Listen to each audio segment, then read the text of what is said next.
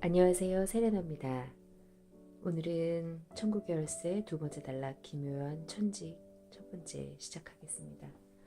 책을 읽어드리기 전에 지금 낮 12시거든요.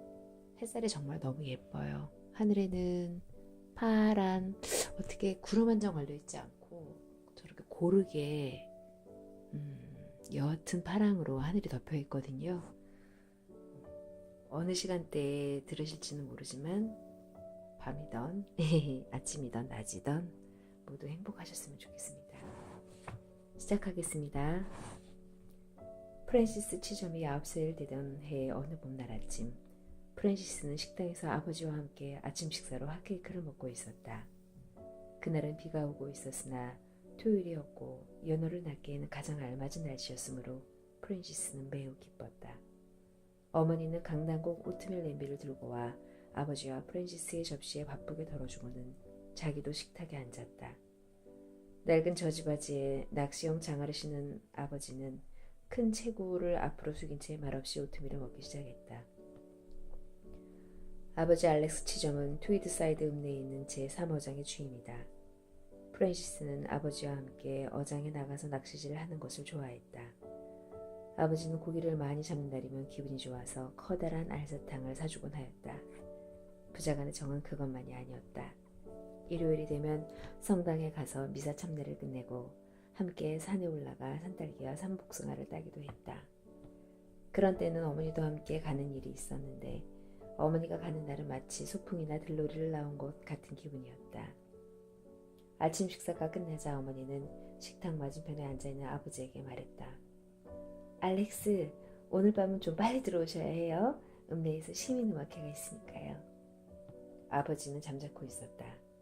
아버지는 아마 강물이 불어나는 것이라든가 그로 인해서 연화가 잘 잡히지 않는 것 따위를 생각하고 있는 듯했다. 그러나 어머니의 말에 아버지도 이내 오늘 밤에 시민음악회를 생각해낸 것 같았다. 여보, 당신 음악회 정말 가고 싶소? 아버지가 미소를 지어 보이자 어머니는 약간 얼굴을 붉혔다. 좀처럼 가져볼 수 없는 즐거움 중에 하나 아니에요? 그리고 당신도 의미원이니까 단상에서 가족과 함께 자리하는 것이 당연하잖아요. 아버지의 미소가 짙어지면서 눈 언저리에 온통 다정한 주름살이 잡혔다. 프랜시스가 제일 좋아하는 미소였다. 엘리자벳, 당신을 위해서 오늘 밤에 꼭 가야겠군. 알렉스 치점은 홍차장, 깨진 컵, 삐걱삐걱 소리나는 구두를 몹시 싫어하는 성미인데다 이 마을의 집회라는 것 또한 아주 싫어했다. 그러나 같이 가주기를 바라는 아내는 결코 싫지 않았다. 어머니는 겨우 구원되었다는 듯이 안도의 숨을 내쉬면서 고마워요 여보 하고 이야기를 계속했다. 오늘 타임캐슬에서 폴라와 노라가 함께 오기로 돼 있어요. 한데 네드는 일이 바빠 못 온다네요. 어머니는 다시 알렉스의 얼굴을 바라보며 조심스럽게 입을 열었다. 여보, 에탈 계산서를 가지고 가는 것은 다른 사람에게 시켜도 좋지 않아요? 알렉스는 그녀의 의도가 무엇인지 알려는 듯 엘리자벳 얼굴을 유심히 바라보았다. 프랜시스는 너무나 기뻤기 때문에 처음에는 아무것도 눈치채지 못했다. 돌아가신 고모는 이 읍내에서 60마일쯤 떨어진 남쪽에 위치한 타인캐슬에서 유니언이라는 술집을 경영하는 네드 베넌에게 출가했었다. 그 네드의 누이 동생 폴리와 엄마 없는 폴리의 조카 10살짜리 노라는 정확히 말해서 프랜시스에게 아주 가까운 일가라고 할 수 없었다. 하지만 그들의 방문은 프랜시스 집에서 언제나 대단한 환영을 받았다. 갑자기 아버지가 조용한 목소리로 말했다. 아니야, 에탈에는 내가 가야 해. 가슴이 두근거리는 듯한 긴장된 침묵 속에서 프랜시스는 어머니의 안색이 변해가는 것을 보았다. 당신 아니라도 되잖아요. 샘 멀리스라든지 그 밖에 누구든 기꺼이 가줄 텐데.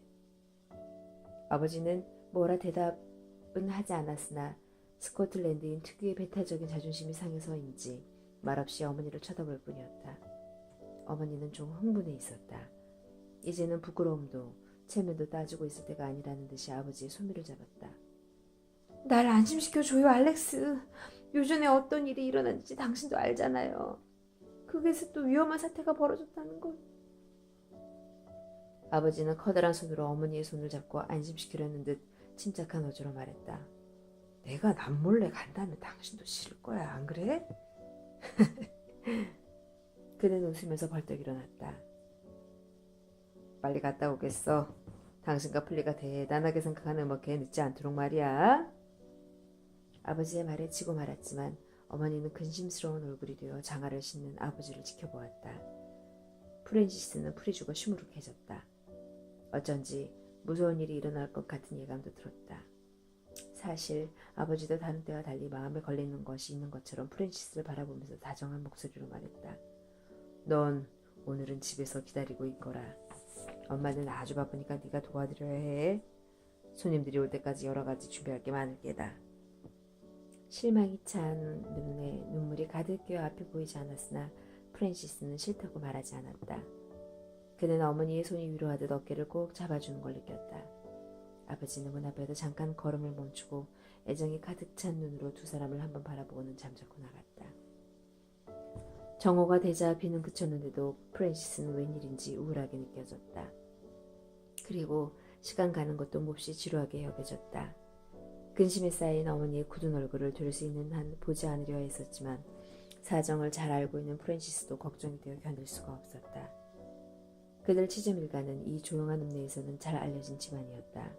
그래서 방해를 받는 일은 전혀 없었다. 오히려 존경을 받고 있는 편이었다.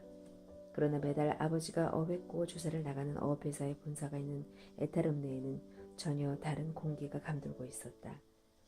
100년 전 에타릅은 프로테스탄트 장로교파의 피로 물들었으나 지금 와서는 그 반대로 카톨릭 신자가 가혹하게 탄압을 받는 운명에 놓이게 되었다. 새로 부임한 시장의 주도자가 되어 맹렬한 종교박해를 일으킨 것이다. 비밀 집회가 결성되기도 하고 광장에서 열리는 대회로 인해 군중의 심리는 완전히 들떠 있었다. 군중 폭동은 일단 진정되긴 했으나 그 읍내에 살고 있는 소수의 카톨릭 신자들은 마을에서 쫓겨나는 형편이었다. 그리고 다른 지방에 있는 카톨릭 신자가 에타릅내에 나타나지 못하도록 엄중한 경고를 내리고 있었다. 그러나 아버지는 그런 협박 따위는 전혀 엄두에 두지 않았다. 그 때문에 그는 특히 주목을 받고 있었다. 사실 지난달에도 그는 습격을 받았으나 이 건장한 어장 감독은 오히려 상대방을 보기 좋게 때려눕히고 말았다. 이런 위험이 더 커지고 있는 오늘 아버지는 어머니의 만류를 뿌리치고 다시 그곳으로 간 것이다. 프랜시스는 자기 생각에 위축되어 두 주먹을 불끈 쥐었다. 어째서 사람들은 서로 자기가 하고 싶은 대로 하도록 내버려 두지 않는 것일까? 아버지와 어머니는 같은 종파가 아니다. 그런데도 그들은 서로 존경하면서 평화롭게 살고 있다. 아버지는 아주 착한 사람이다. 아마 이 세상에서 제일 착한 사람일 것이다. 그런데 어째서 그런 아버지를 사람들이 해치려는 것일까? 따스한 피가 돌고 있는 심장 한복판에 갑자기 예리한 칼이 박히기라도 한 듯이 그는 종교라는 말 앞에 온 몸이 오그라드는 것을 느꼈다.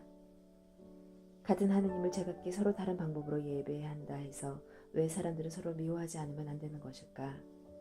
그것은 그에게 온 몸을 얼어붙게 하는 수수께끼이다.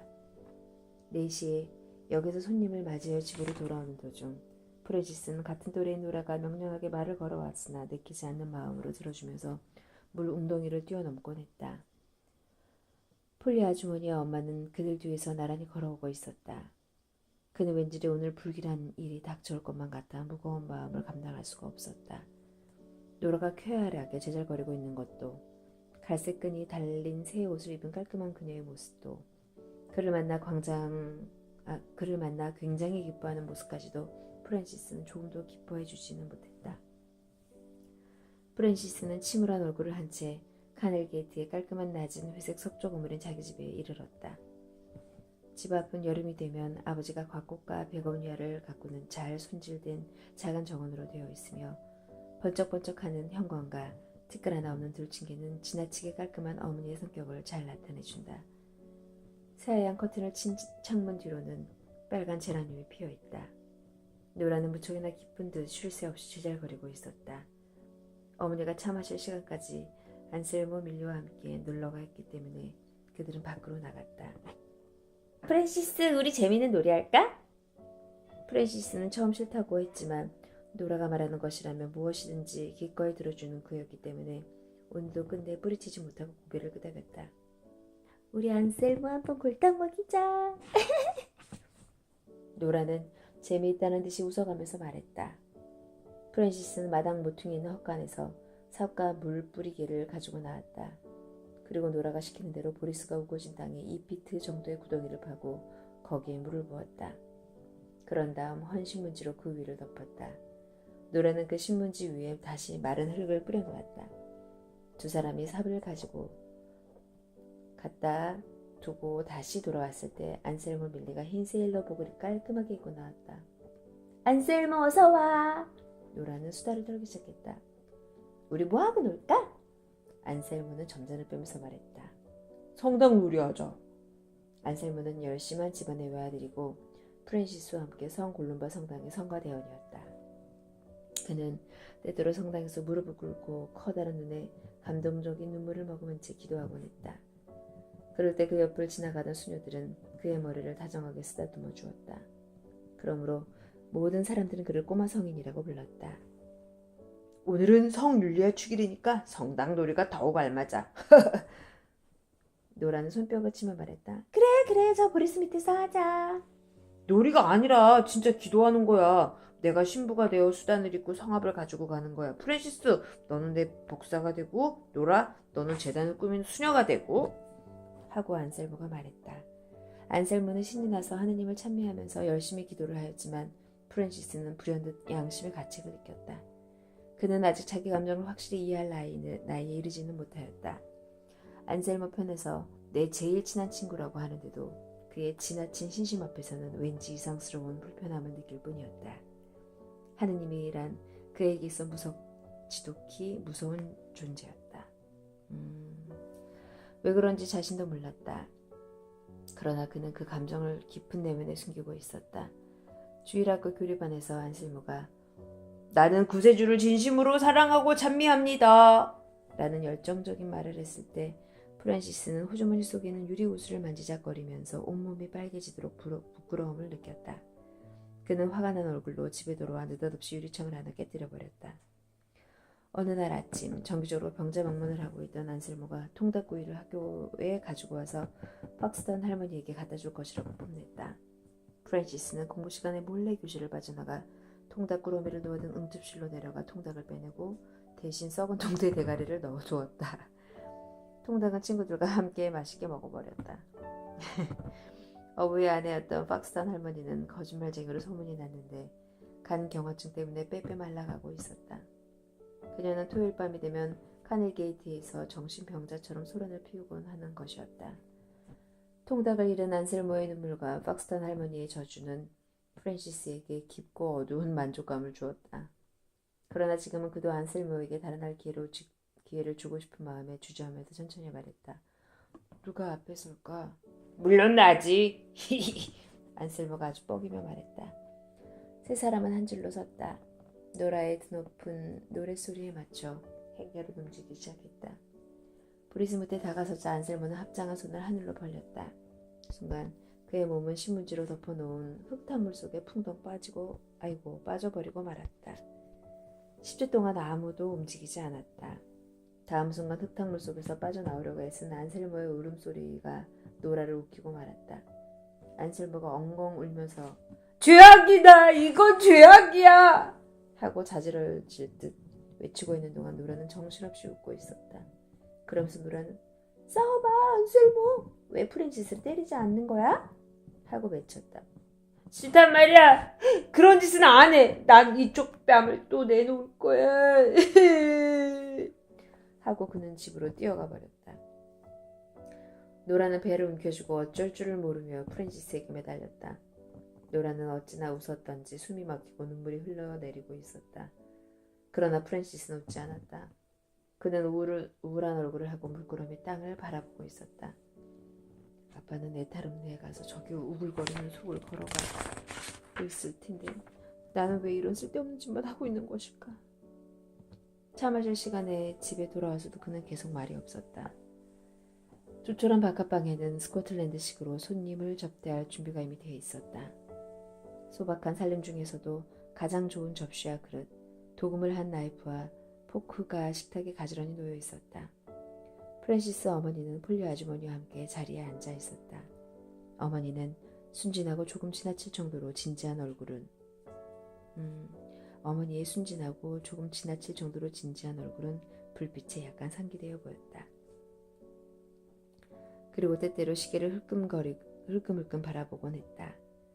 불안과 안심으로 뒤범벅이 된 하루 해를 보내고 지금 자신은 쓸데없는 걱정을 하고 있다고 애써 자신을 타일렀으나 그녀는 온전히 온 신경을 귀에 모으고 남편의 발소리를 기다리고 있었다. 이제는 더 참을 수 없을 정도로 그를 기다리는 것이 초조하게 느껴졌다. 어머니는 그리 번창하지 못한 조그마한 빵집을 경영하는 다니엘 클레니의 딸로 태어났다. 프랜시스의 외할아버지는 타인케이스를 읍내에서 20마일 정도 떨어진 조선소가 많고 건드려기 짝이 없는 다로라는 조그마한 읍내에서 빵집을 경영하는 한편 교단에서 야외 설교사로 선출되어 개신교의 어느 특이한 단체를 지도하고 있었다. 어머니는 18살이 되었을 때 무슨 일로 빵집이 일주일 동안 휴업한 사이에 트위드 사이드의 젊은 어부 알렉스 치정과 열렬한 연애를 한 끝에 단숨에 결혼해버리고 말았던 것이다. 이론적으로는 결코 용납될 수 없는 다른 종파끼리 결혼한 결혼은 불행을 초래하는 것으로 여겨지고 있었다. 그런데 그들은 참으로 보기 드문 행복을 이루었다. 신학에 대해서도 지점은 무턱대고 믿는 광신자가 아니라 온건하면서도 대범한 형이었다. 그래서 아내의 자기의 종교를 강요하는 따위에는 생각한 적도 없었다. 어려서부터 신물이 날 정도로 신심을 주입받았던 어머니는 보통 사람들과 달리 아버지로부터 받은 넓은 관용의 덕을 배우는 등 나름대로 신앙생활을 거쳐왔기 때문에 종파상의 토론 따위는 하려고도 하지 않았다. 그러므로 꿈과 같은 신혼시절이 지났어도 어머니는 매우 행복했다. 그녀의 말을 빌리면 그이가 집에 있어주는 것만으로도 기쁜 것이었다. 그녀는 남편은 손재주가 있는 사람으로 무슨 일이든지 해주었다. 세탁기를 고치는 일에서부터 닭장을 잠그는 일, 벌집에서 벌꿀을 내려주는 일까지 언제나 잘 해주었다. 그러면서도 무슨 일이든지 서투른 것이 없었다. 그가 지배하고 있는 탱자 농장은 트위드 사이드에서 가장 아름다웠으며 그가 기르는 닭은 방담회에서 꼭 1등을 차지하였다. 얼마 전 프랜시스에게 만들어준 비둘기집은 상점에서 파는 것보다도 훌륭한 것이었다. 프랜시스가 잠자리에 들고 바람소리와 주전자의 물 끓는 소리만 들려오는 고요한 겨울밤이면 그녀는 따뜻한 화덕 곁에서 뜨개질을 하곤 하였다.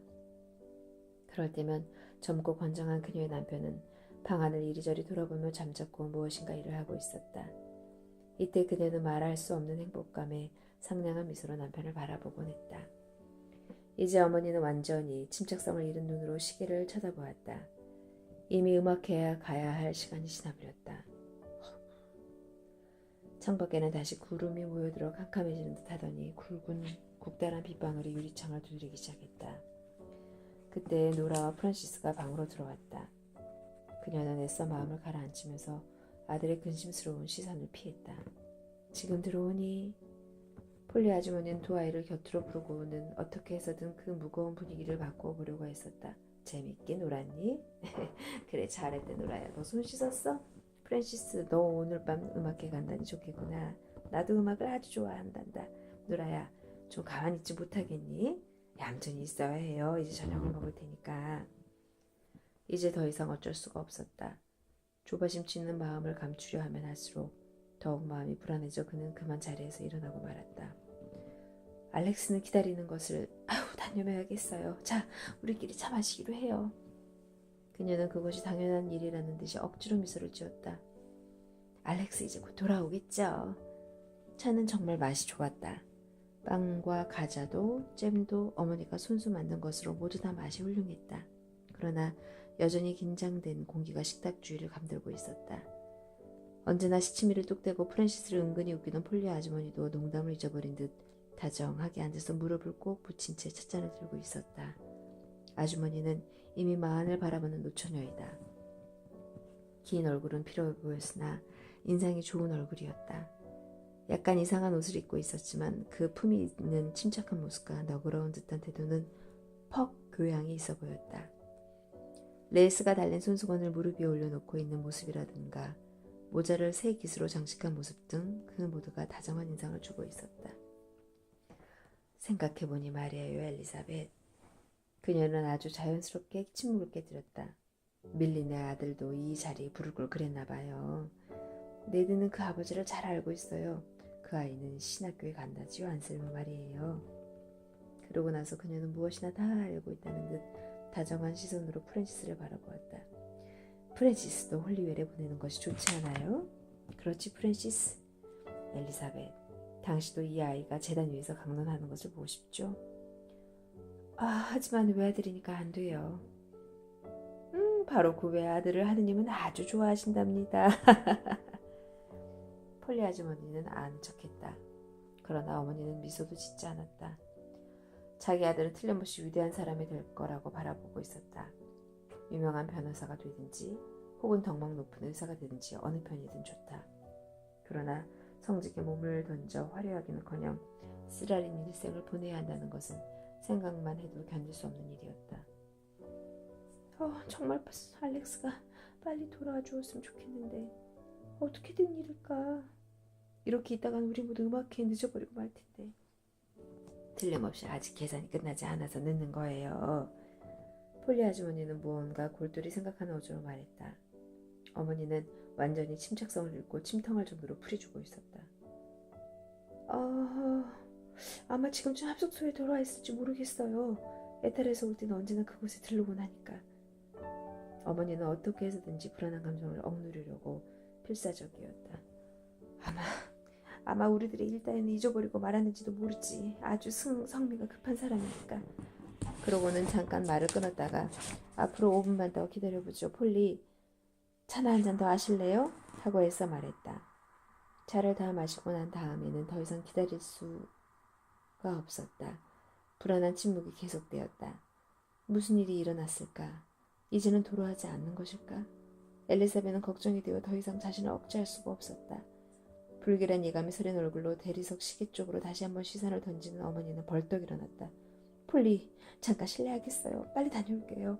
왜 늦는지 가서 봐야 될 것 같아요. 프랜시스는 아까부터 지독하게 근심이 되어 어쩔 줄 몰랐다. 좁은 사이길, 캄캄한 어둠 속으로 살기등등한 얼굴들이 나타나고 또 아버지가 많은 군중에 에워싸고 치고 받고 군중 속에 쓰러져 있기도 하고 돌계단 위에 머리가 부서져 있기도 하고 이런 환상에 사로잡혀 있었다. 그런가 하면 알 수 없는 공포 때문에 떨리는 것을 참을 수가 없었다. 엄마, 나도 데리고 가세요. 쓸데없는 소리 하지 마. 어머니는 창백해진 얼굴로 간신히 미소를 지어 보였다. 너는 여기 남아서 아주머니 대접해 드려야 했지. 폴리 아주머니는 머리를 저었다. 그녀는 이렇게까지 격해가는 불안에도 태어난 모습이었다. 지금도 계속 침착한 목소리로 말했다. 데리고 가세요, 엘리사벳. 노라와 저는 염려 마세요. 잠시 침묵이 흘렀다. 프랜시스는 애원하는 듯한 눈으로 어머니를 쳐다보았다.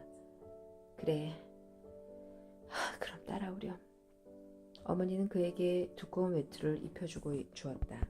그리고 자기도 망토를 두르고는 그의 손을 잡고 밖으로 나아갔다. 오늘은 여기까지 읽을게요. 내일 다시 여러분께 읽어드릴 건데 지금 계속 긴장되면서 저희 듣고 있죠? 내일을 기대해 주시고 좋은 시간 되세요. 감사합니다.